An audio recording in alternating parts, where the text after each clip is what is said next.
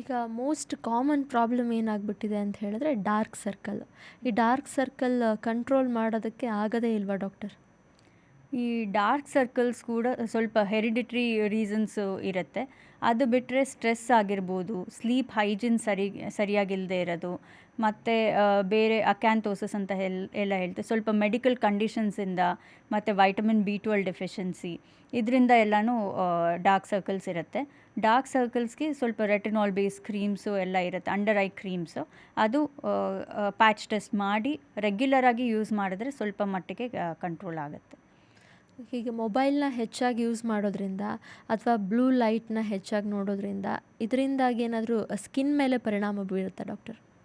ಈ blue light ಅನ್ನೋದು long term effects. ಈಗ ದೀರ್ಘಕಾಲವಾಗಿ ನೋಡಿದ್ರೆ ಈ ಬ್ಲೂ ಲೈಟು ಸ್ಕಿನ್ ಮೇಲೆ ಎಫೆಕ್ಟ್ ಇರುತ್ತೆ. ಇವಾಗ ಫೋಟೋ ಏಜಿಂಗ್ ಎಫೆಕ್ಟ್ಸ್ ಹೆಂಗಿರುತ್ತೆ, ಅದು ಸ್ವಲ್ಪ ಅತಿಯಾಗಿ ಬ್ಲೂ ಲೈಟ್ ಎಕ್ಸ್ಪೋಜರ್ ಆದರೆ ಸೇಮ್ ಎಫೆಕ್ಟ್ಸು ಈ ಬ್ಲೂ ಲೈಟಿಂದನೂ ಇರುತ್ತೆ. ಫೈನ್ ಲೈನ್ಸು, ರಿಂಕಲ್ಸು ಮತ್ತು ಅರ್ಲಿ ಫೋಟೋ ಏಜಿಂಗ್ ಇವೆಲ್ಲ ಜಾಸ್ತಿಯಾಗಿ ಕಾಣಿಸುತ್ತೆ. So blue light use screen time ಹೆಚ್ಚು ಯೂಸ್ ಮಾಡೋರು ಕೂಡ ಈ ವರ್ಕ್ ವೈಸ್ ಎಲ್ಲ ಸನ್ಸ್ಕ್ರೀನ್, ಬ್ಲೂ ಲೈಟ್ ಕವರ್ ಆಗೋದು ಬ್ರಾಡ್ ಸ್ಪೆಕ್ಟ್ರಮ್ ಸನ್ಸ್ಕ್ರೀನ್ ರೆಗ್ಯುಲರಾಗಿ ಯೂಸ್ ಮಾಡೋದು ಒಳ್ಳೆಯದು.